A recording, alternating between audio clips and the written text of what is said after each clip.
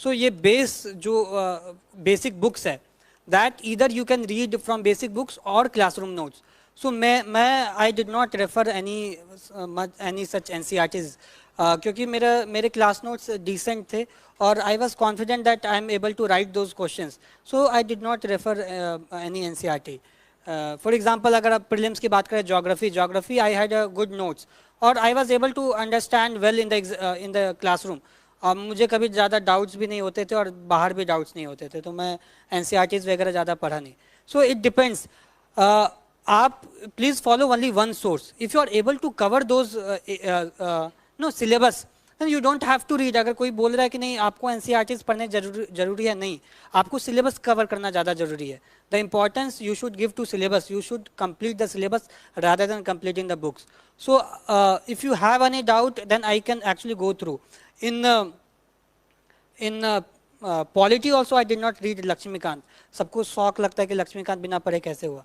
सो Laxmikant classroom में जो teacher थे, they actually taught me Lakshmikant only, and whatever topics that was not covered in classroom, that only I referred in Lakshmikant. And then again I had short notes polity के, because वो मेरे classroom के भी notes तीन books हो गए, मतलब 3 notebook हो गए of almost 200 pages. So I made a short notes की एग्जामिनेशन से पहले थोड़े रिवाइज करने के लिए आसानी हो. For environment I had very good class notes. I use to refer those only. So in basic I think in base I referred mostly class notes and few books like spectrum. अब spectrum में refer किया modern Indian history के लिए. Then I did not read classroom notes. So you have to follow only one source. So इस तरीके से मतलब मैं बुक मोस्टली स्पेक्ट्रम ही पढ़ा हूँ. और इसके अलावा जैसे आर्ट एंड कल्चर हो गया, the classroom notes were very good और मुझे ज़्यादा इंटरेस्ट नहीं था आर्ट एंड कल्चर में. सो आई थॉट कि if I read Nitin Singhania I won't be able to revise that. So I use to read, pick and choose only those sources which I can revise. And my aim was always on mains.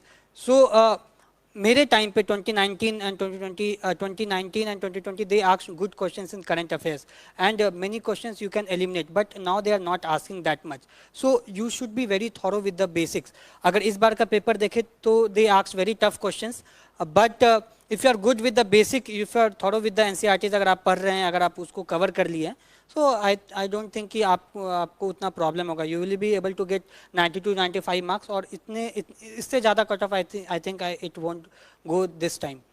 So that was my main source. Then current affairs I referred newspapers. Then monthly magazine I referred monthly magazine of Vision IS. You can refer any other if you are not liking the Vision IS magazine. Monthly magazine के compilation जो होते हैं. And in 2020, because I did not refer monthly magazine, I referred PT 365 in 2020 attempt. But यहाँ पे चूँकि मैं monthly magazine पढ़ लिया था, so I revised only monthly magazine. So you have to limit your resources. एक जगह से पढ़े, multiple जगह से नहीं पढ़े, बार-बार पढ़े. And current affairs के लिए in mains current affairs I added this newspaper में Indian Express plus all India radio I use to listen every day. And अब ये कहाँ से सुने? सो यहाँ पे विजन आईएएस का ऐप है, वहाँ पे आपको ऑल इंडिया रेडियो के जो है वो कलर कोड करके मिल जाता है, ग्रीन कलर का मिल जाता है कि बहुत इंपॉर्टेंट है. So I use to only listen to the green coded all India radio news. 15 minute का होता है, मॉर्निंग में उठते ही सबसे पहले ऑल इंडिया रेडियो में लगा लेता था. सो एंड इसके अलावा मैं बिग पिक्चर देखता था. अभी तो बिग पिक्चर आ नहीं रहा, but any other discussion platform जहाँ पे अच्छे पैनलिस्ट हैं वहाँ का आप देख सकते हैं. राज्यसभा टीवी का था, अभी ये नहीं आ रहा है. सो करंट अफेयर्स के लिए मेरे यही सोर्स रहे मेन, PT 365 एंड यहाँ पे मेंस 365. लेकिन मेंस 365 मैं 2020 में ही पढ़ा, बट पूरा नहीं पढ़ा. I referred only society and IR और थोड़ा economics. So in mains and prelims as well, जब भी मुझे लगता था कि ज़्यादा हो रहा है तो मैं उस चीज़ को नहीं पढ़ता था. PT 365 मैं सारा नहीं पढ़ा. आर्ट एंड कल्चर का मैं PT 365 नहीं पढ़ता था. IR का नहीं पढ़ता था क्योंकि क्वेश्चंस वहाँ से नहीं आते हैं. सो मैं उसको छोड़ देता था. अगर आते भी हैं तो उतना you know it is not according to my strength, और एक आध क्वेश्चन आएंगे तो मतलब इट इज़ ऑल अबाउट कितना आप टाइम दे रहे हैं उसको. सो इस तरीके से एक बेसिक हो गया, एक करंट अफेयर्स हो गया. And I use to appear for a lot of mocks. अब मॉक्स मैं क्यों देता था इसका मैं डिटेल्स में बता सकता हूँ कि in 2019 I appeared for 70 mocks. 70 mocks. In 2020, even though I was having only 40-45 days, I appeared for 40 tests. हर दिन एक टेस्ट लिखता था. एंड फिर 2021 के लिए भी मैं 6-7 लिख दिया था 10 दिनों में. So because I use to increase my efficiency in my mock papers, कि कैसे अटेम्प्ट करने हैं, कितने क्वेश्चंस अटेम्प्ट करने हैं, किस तरीके से अटेम्प्ट करने हैं.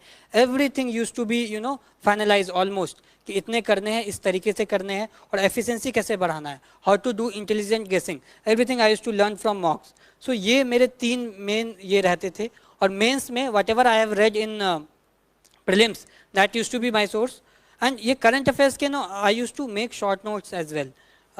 Short notes मैं बनाता था 2020 में, क्योंकि you know whenever I revise everything, just wait, in 2020 I had only 40 days. So इसको मैं last के 40 days को in 2019 also I used to plan कि first 30 days I will do first revision, then next 15 days I will do my second revision, और last 4 days में मैं final revision करूँगा. So in last 4 days I used to revise everything whatever I have studied in 1.5 years or 2 years. अब इसको कैसे करें? So I used to make short notes, और जो मेरे basic notes हैं उसमें highlighted होते थे, mock papers में highlighted होते थे with 2-3 colors, and लास्ट के 4 days में मैं सारा चीज़ रिवाइज करता था. अब क्यों ऐसा करता था? Many times the questions won't come from whatever you are revising, but that will give you a lot of confidence. बहुत confidence देगा अगर आप सब चीज़ जो है लास्ट के 4 दिन में रिवाइज कर लोगे. तो उस तरीके से प्लान करता था. लास्ट 4 days का मेरा इलाबरेट प्लान रहता था कि इस दिन मैं ये रिवाइज करूँगा, इस दिन ये करूँगा, इस दिन ये करूँगा. एंड इसमें भी जो लास्ट डे होता था उसमें वापस से 3 दिन में जो पढ़ा वापस से उसको एक बार देखता था. शॉर्ट नोट्स होते थे, it's very easy to go through if you have short notes. So similarly for mains I always had short notes. अब मैं दिखाऊंगा शॉर्ट नोट्स कैसे बनाते हैं या कैसे करते हैं. शॉर्ट नोट्स होते थे. सो यहाँ का जो सोर्स होता था, मैं सोर्स पहले लिख देता हूँ. Source whatever basic book या basic concept that I am having, that was my main एक सोर्स होता था. बट बिलीव मी ये बेस होता है. क्वेश्चंस माइट और माइट नॉट कम, आपको थोड़ा ऐड ऑन करना होता है. सेकेंड, एंड सी मॉक्स के जो मॉडल आंसर्स होते थे, that use to be my one of the main source. उस वहाँ से फिर नो जो भी गैप्स होते हैं प्रिपरेशन में, that use to get covered. In 2019 I never read art and culture. वो आर्ट एंड कल्चर मॉक्स से कवर हो जाता था, और मेरे खुद के कुछ शॉर्ट नोट्स थे वो उससे कवर कर लेता था. फिर ये बेसिक मेंस के जो सोर्स थे वो मेरे बेसिक बुक्स थे और बेसिक नोट्स थे. इसके अलावा मैं जो टेस्ट देता था वो मॉडल आंसर्स. अगर आप ये देखें मॉडल आंसर्स में किसका रेफर करता था, तो मैं विजन आईएएस के करता था. अब मेंस में बहुत सारे टॉपिक्स हैं, there are lot of topics in mains where there is no any single source, like internal security. There is not very decent because the questions it keeps on changing. Internal security या science and tech है, but if you see the questions थोड़े science and tech के थोड़े एक समान questions रहते हैं. So if you cover 2-3 years या 2 साल के 3 साल के इंटरनल सिक्योरिटी, IR या साइंस एंड टेक, 2 साल का आप विजन आईएएस के मॉडल आंसर्स कर लोगे, it would be around 100 more than 100 questions. It will cover all the things. So almost 80% things. तो मैं मॉडल आंसर्स को एक प्राइमरी सोर्स जो था वो मेरा मॉडल आंसर्स था. And I used to make short notes from model answers because just before entering examination hall आपके पास 3-4 पेज के शॉर्ट नोट्स होने चाहिए, जिसको आप बुलेट की तरह यूज़ करेंगे कि आया एग्जामिनेशन में उसको तुरंत यूज़ कर लिए, क्योंकि माइंड से निकल जाता है अगर आप सारा चीज़ कैसे रिवाइज करेंगे. तो आई ऑलवेज हैड शॉर्ट नोट्स. और इसके बाद मैं काफ़ी ज़्यादा जो है गूगल करता था. अब how to Google it, you just you guys always have this syllabus. आप सिलेबस डालो, आगे यूपीएससी लिखो, and you will find 3-4 articles by certain coaching institutions. दृष्टि के आ जाते हैं या फोरम के आ जाते हैं या विजन के आ जाते हैं, किसी के भी. आप 3-4 आर्टिकल्स देखो, and when you are into preparation और थोड़ा maturity आ जाती है, then you are able to segregate कि कौन सा important है कौन सा नहीं है, and then make a short notes out of that. Always make a notes out of that because it helped me a lot. आप इतने सारा चीज पढ़ोगे, at the end of the day you will remember only those things which you have revised just before the examination या just 1 week before examination. बाकी सारा चीज वो माइंड से निकल जाता है. So ये गूगल एक बहुत बड़ा सोर्स मेरे लिए रहा सिलेबस के according. Then previous year question. So previous year question this I did this time. So previous year questions को मैं जो है वो गूगल पे डालता था, फिर आपको कंटेंट मिल जाएंगे, मॉडल आंसर्स मिल जाएंगे, फिर या उस चीज़ को आप गूगल करो. For example this year they asked questions on interlinking of rivers, that they have asked in 2016 as well. But if you have seen previous year questions or model answers बनाए, for previous year questions I gave around 20 to 25 days. You know these number of days are huge अगर आप out of 90 देखेंगे, because the questions it gets repeated in society, in GS paper 1 is mainly society, geography, no questions will get repeat. History questions आएंगे, एक similar level of questions आएंगे. You will see that every year UPSC will ask question on water. सो मैं एक trick अपना है कि मैं water में क्या करूंगा, जहां भी क्वेश्चन आएगा वाटर का, I will draw this diagram.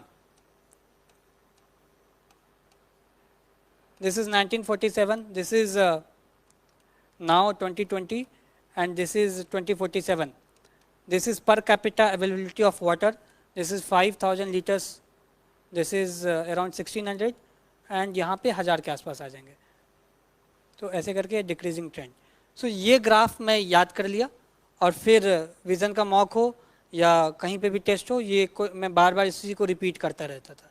So notes मैं दिखाऊंगा कि इट्स वेरी कॉन्साइज, और फिर उसको बार बार आपको सेम चीज़ जो है वो आपको यूज़ करना होता है.